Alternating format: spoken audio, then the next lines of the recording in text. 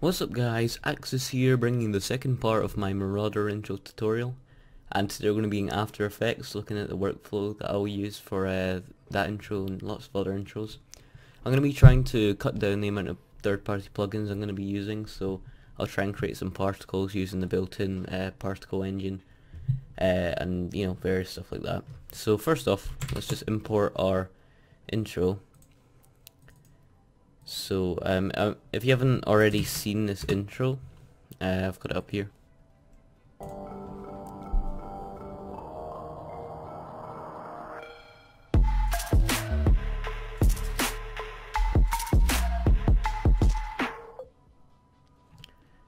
Right, so we're just going to be doing like the shock waves and stuff like that. Don't worry if you don't have the shockwave pack. I've actually got a shockwave pack that I made for free for I think it was 5,000 and 5.5k or something like that. So I'll have that in the description as well, or you can use Video Copilot's one as well. Now as you can see, what I've got is I've got this AEC file, and if you watch my previous tutorial on this, you'll see that I did actually include how to render this out. This was basically the camera and stuff included. So I'm just going to double click on that, and then we'll get this composition. Just open up the composition. I'm going to delete the lights, and we're going to get started now.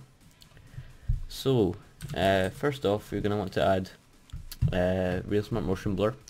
You can actually render motion blur in Cinema 4D if you want to, but I find it easier to use a plugin. I'll have a link to this plugin in the description. So you just drag that onto your intro. I'm just going to name it, and then I'm going to set the blur amount to 1. As you can see, if I go through this, you're going to get some motion blur, make it look a bit more realistic. And you can turn down the blur if you really want to, but I like it. I think 1 looks really good. So now we're just going to go ahead and add a background with Control Y, and then we're just going to create a black solid.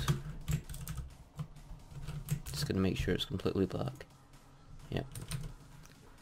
And then I'm going to create an adjustment layer. Oops. Put that to the top, and I'll just call it CC, but we can add some other stuff to it. So another third-party plugin here, which is Magic Bullet Looks. There's plenty of tutorials out there for first party using all of these color corrections that are built in, but I really don't think they're up to par with some of the stuff that's actually in here. And what you can do with it. So I'm just going to drag this on. I also have a link to this in the description too. So that should be good. And I might try something that I didn't actually do in the original. We could add some blur, but what I'm going to do is I'm going to create a blur map. So this is just another really cool technique that you can use. So just create a solid with Control Y once again. So this is going to be the black, and then we'll get this rectangle mask tool, and then we're going to select half of the composition roughly, and even turn on the action safe to get it perfect. And then we're going to duplicate, in fact let's just create a new layer, make it completely white, and then pull it underneath this. And then what you can do now is you can go ahead and pull up the feathering for the black solid, just to make sure it doesn't spill over the back. Just do this and drag out the sides. And then when you got that, that's our blur map there. So we'll just select both these, oops, and pre-compose them. So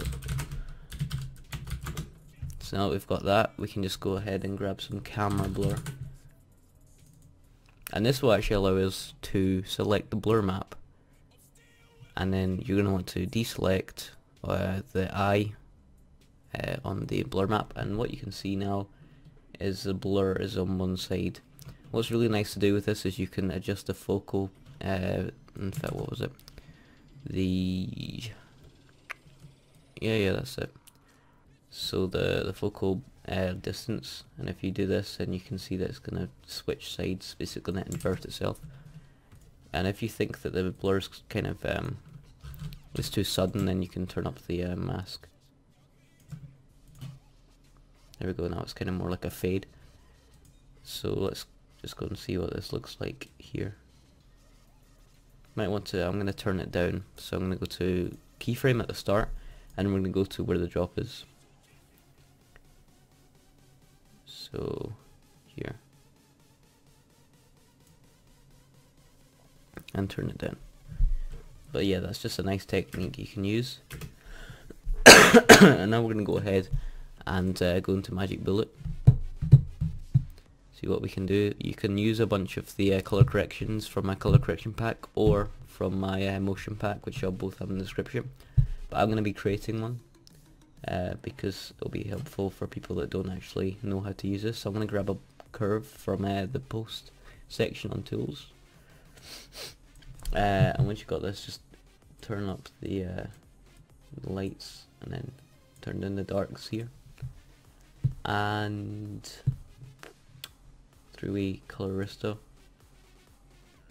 and I'm going to set the highlight to blue, just really kind of subtle blue, and then on the shadow we'll do it on a kind of gold, which will tint it a little. And let's go ahead and add like a pop. I'm going to turn the pop up to like 40. Some other things that are quite nice to add, this S curve thing. I don't really mess about with this a lot, but I mean you could lower down the dark, so it looks quite nice. Chromatic aberration. This is something that really you need to kind of be careful with, because if you turn up too high it's going to look disgusting. But basically it separates all the RGB channels, so if we go through these and you can separate them, and it looks really cool, but you obviously want to just use it as a subtle effect. So as you can see, it blurs it because the channels are being split. Kind of like this. The print bleach bypass. I don't remember a lot of these being in the older versions of Luke, so if you don't have them, then it's most likely because you've got an older version. But yeah, some of these are really good. Let's see. I'm going to go to lens and haze. We can actually adjust the color of this, so but I think it looks quite good on this gold. Oh, that's not really a gold, it's more like an orange, but it does match it quite well. And then, you know, obviously this is just trial and error, just finding out what you like. So I'm going to use swing tilt, which is basically like a blur that blurs the top and the bottom. You can adjust this. But I'm just going to adjust the blur size, and the blur quality will basically make it look, well, I mean, I think it kind of, it makes it look like it's less blurry, but as you can see there's a lot more detail in the blur, so I'm just going to go with 10. But you know, there's different settings for you know, different environments and stuff like that. So this is the flare. What you can do with this is, if you turn it to the color that is kind of in your scene, like an orangey gold, then you can actually get these to appear and turn up the boost and stuff. It's not really showing now, but it is slightly brightening stuff up. Yeah, it's not really doing much in this scene.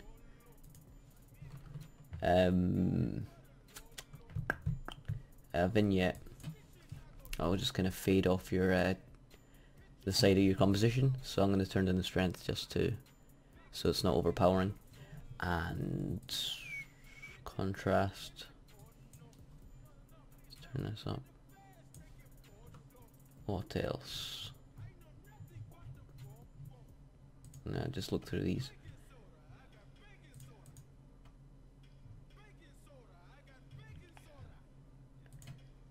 I have one in mind, but I don't know where it is. Diffusion is a good one as well, but I'm not going to add that right now. I might add it later just for a final touch. The color ranges. Obviously you can, this is kind of like the 3-way color stuff. And you can change the tint of it. I'm going to go ahead and change the rest of this later, but I think it looks quite good now. It's quite dark, but we're going to compensate for that by, oh there we go, you see the flares there. If we go back into here, basically when anything's shiny, this is going to appear. I'm going to turn down the boost. If we add a smoke layer to this, it's going to brighten it up. You can make smoke with particular, which is the particle plugin I use quite a lot. The one thing I don't like about this intro is because of that bit that's really overexposed at the top. I tried to fix that, but it didn't really work. Let's add some stuff to the background. So go to ramp, double click on that, and then we're just gonna go ahead and make it like a, I don't know, let's see. Make it really subtle though.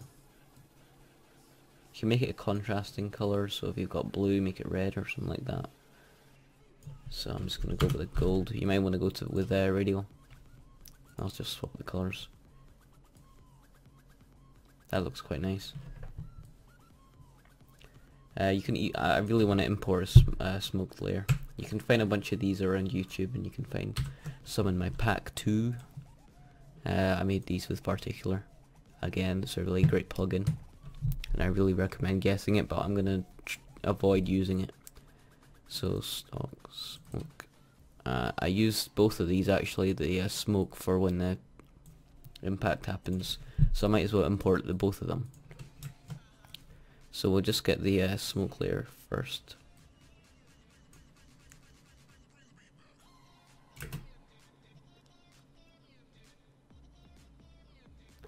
So what you're going to want to do is right click blending mode screen.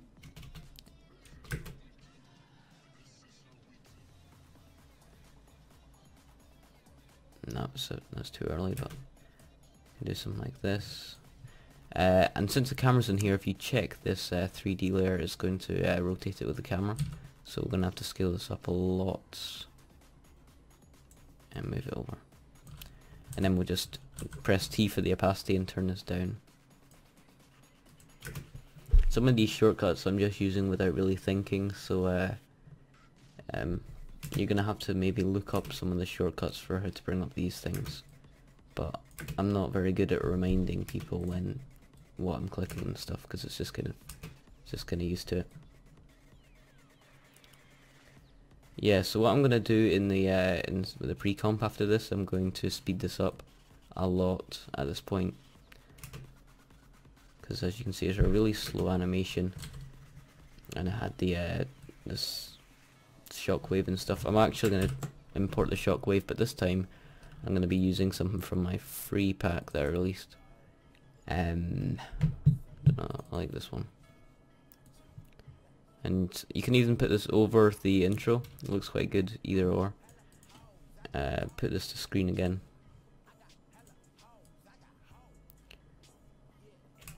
And as you can see, it's quite a big explosion of things. This might crash my After Effects, I'm kind of worried. So I'm just going to save this. But this is a free plugin from Video Copilot. You can use Tint or you can use VC. It doesn't really make much of a difference. It's just VC is it makes your stuff kind of look, there's highlights in it, so I'll include a link for that as well. If you can remember, just to remind me in the comments if I've not actually included some of this stuff. Yes, it didn't freeze. Right, so what you're gonna want to do is you're gonna want to go and kind of grab this a similar color. So I might even do a comparison of both tint and this. So I'll just grab tint, put it on here, and then I'll uncheck VC, and I'll get the same color. So it's not going to make much of a difference, but here we go. This is it with tint, and this is it with VC. You can see that kind of it adds a glow as well. So if you want to compensate for it, you could even use glow with this. But I think VC does make it look a lot better, and there's a lot more to tweak in here than there is included in the first party plugin. So what you'd want to do if this was over your your logo, you will grab the eclipse and just kind of roughly outline your logo, and then just do subtract, and then we'll go to press F on your firework layer and just feather this out, and it's going to kind of look like it's coming out the sides of the logo instead of just coming out the center. Well, not very well because I feathered it way too much, but as you can see, if we do that, there we go, that looks a lot better. Also, you can make this 3D, which I'd really recommend, because it will actually move your scene and not look just static. So if we scale this all the way up, this is obviously going to affect the quality of your stocks, but it should be fine, because some of the stuff you'll turn the opacity down, and also when you actually use this, and I'm assuming people are going to be using this on YouTube, it's actually going to be compressed quite a bit, so you're not going to, it'll probably come to the quality that you've actually scaled it up to anyway. Well, maybe not quite, but you know. So there, even scaling up looks quite nice on this. We're just going to add some more effects and stuff. You can add like CC lens, which is really overused, but it's still quite a nice effect.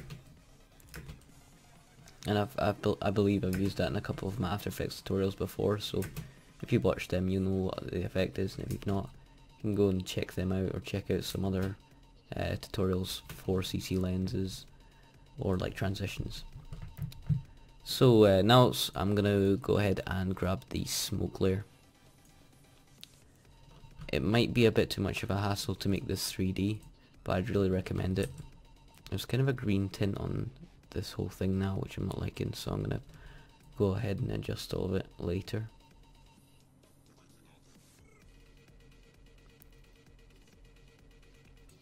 Yeah, it looks really green. Okay, alright, so I'm just gonna go back into looks, and I'm going to grab, let's see, maybe it's because of this, that makes it more green.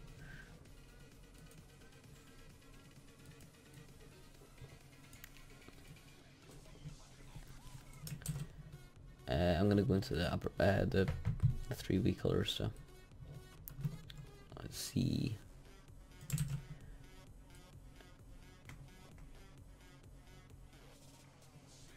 There was actually kind of a purple tint in the background, I think, on the original, so you could try and recreate that. I think it's this one that's causing the main problem. So if we just do this, also it's looking a bit saturated here, so if you can grab a hue and saturation and turn it down if you want, or you can turn it up. Look, it's going to be really subtle though. You can change the colour if you want, but that's not what I want. So yeah, that's looking good. So I'm just dragging in random effects. It's not really, I've not really got a plan. It's really overexposed. You can have some flares and stuff in here if you know how to use optical flares. I'm just throwing out suggestions because I don't want to be doing a whole tutorial on how to use third-party plugins, because After Effects is really a great program, but I don't think it's as good without all these plugins. That's a much better color correction, but it's really bright. There's a problem with this intro because some parts are really dark and unlit, but some bits are bright like this. So the exposure might have been a bad move.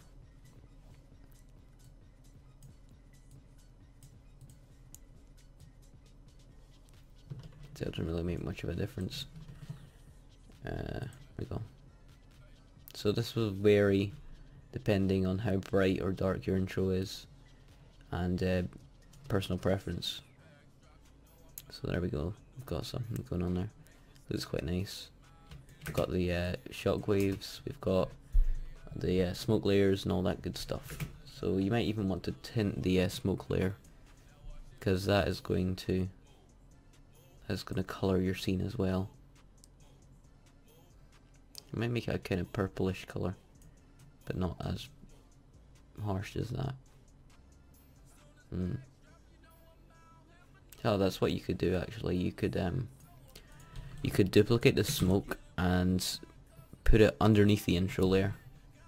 And what we can do here is we can make it a certain color.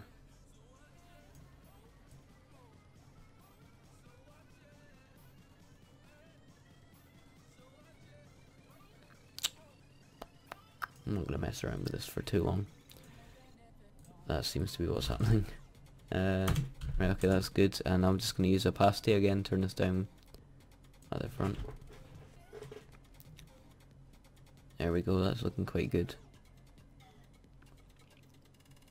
It's not exactly the original, but it's quite close. I think I had a flare as well, just at the bottom. And I'll do that really quickly, even though I might annoy some people that are looking for like a completely non-third party thing, but I don't think that is realistically ever going to happen because I just rely on plugins too much. Oh, I'm using particular, oh damn it. What am I even doing? So I'm just going to get a normal glow in this case and drag it underneath. This can really add to your the way your intro looks, because you add lighting that's not actually there. Adding a slightly gold one might look quite nice.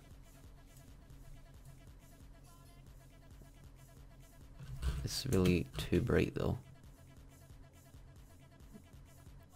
You can fade this in at different points and stuff, which will look really nice. But I'm just going to keep it here, and then I'm going to add a flicker to on 15. And now we're going to go ahead and try and create some particles without particular. So you know, this is a step into unknown territory for me. So there we go, we've got this really ugly effect originally, and we're going to try and create something that looks vaguely like particulars effects. So I'm going to go ahead and, where is it? That's radius, there we go, there's radius. I'm going to solo this for the time being. Solo is that button here, by the way. And I'm just going to drag this out on each. In fact, 1000 is the max. Okay. I'm going to do 600 for each. And there is some gravity on this. So if we drag this to like 0 or 1 or something. And the velocity, don't know what that's doing.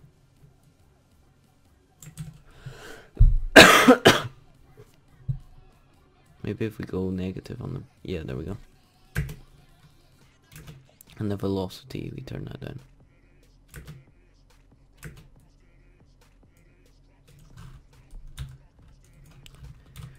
So, there we go. And it kind of looks like fireflies or something like that. And we've got some bad popping on this because there's no fade.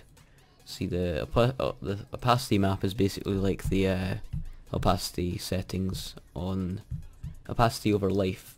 That's the setting on particular, and on here it's opacity map. So if we go fade in, fade out, that's basically going to be like one of those graphs that go up and then fall down and fade out. So as you can see, there's no popping in and out, and we can choose the particle color. Birth color is basically, well, when the particle is born or first appears on the screen, and then when it's about to die or dying, when it's fading out, it's going to be red. But if you want it to keep, if you want to keep it consistent, then you're going to want to change it to that. And let's see, particle motion polygon. That's the one that worked for me when I tried to do this originally. So there you go. You can increase the life. You can yeah, you can change the sizes and stuff.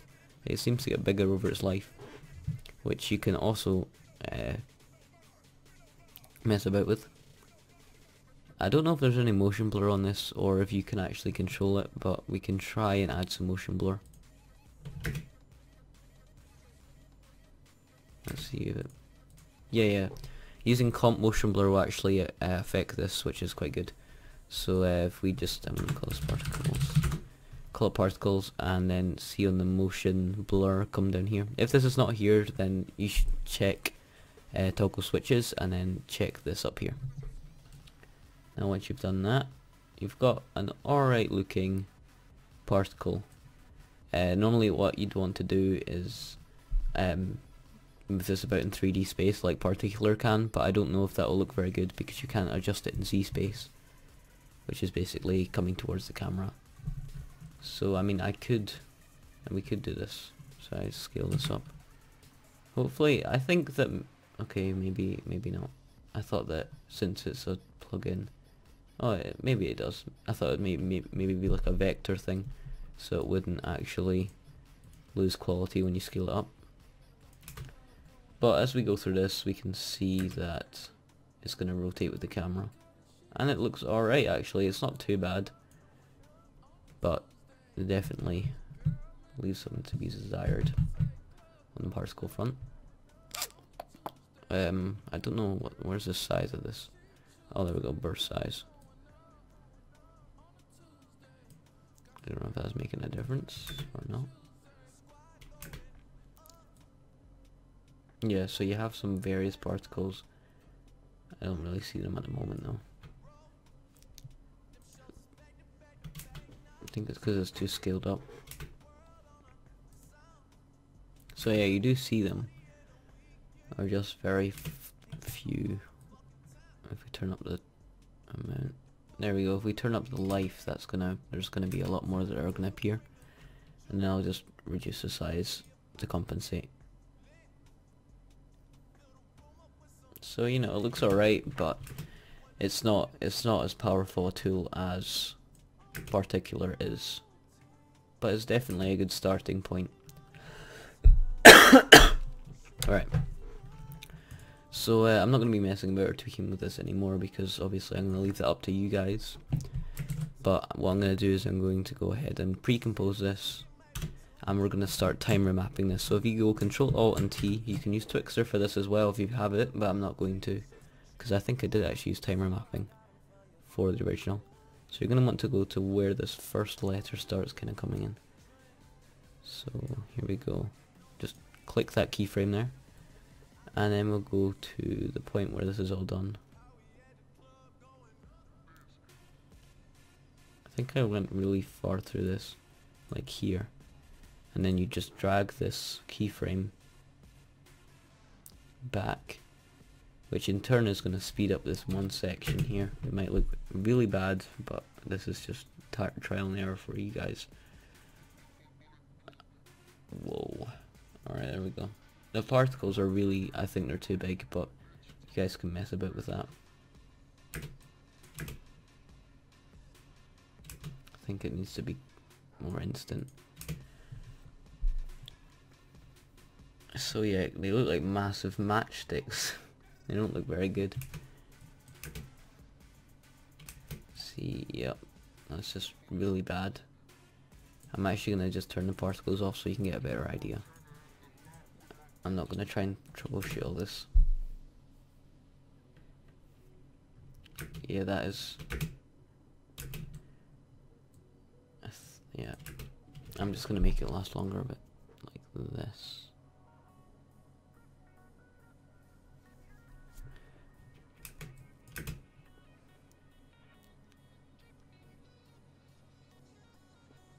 You might want to actually just timer map the logo instead of this. I wonder if you can copy this.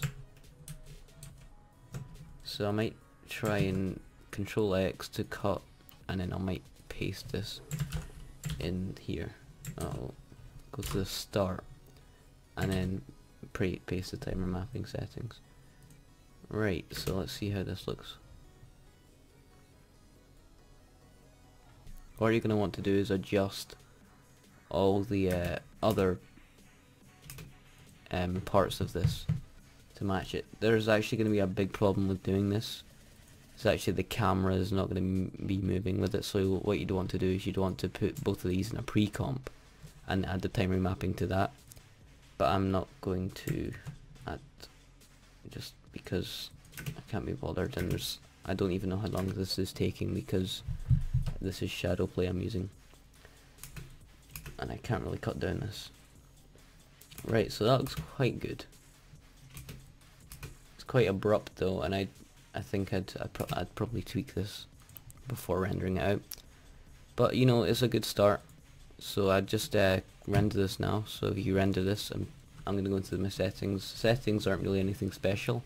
I'm just going to click on QuickTime, which is probably one of the highest qualities you can get. It's not as uncompressed as AVI. Don't use AVI, please. But yeah, probably the best unless you're doing like a GIF. Don't know why you would be. Yeah, be a really big GIF. And I'm gonna turn the audio off. Unless you have audio and you do your audio in After Effects, which is probably really awkward for you because you'd have to keep doing RAM previews. But there we go. Some people probably do. Then you're just gonna click here to save it out, wherever, and then render.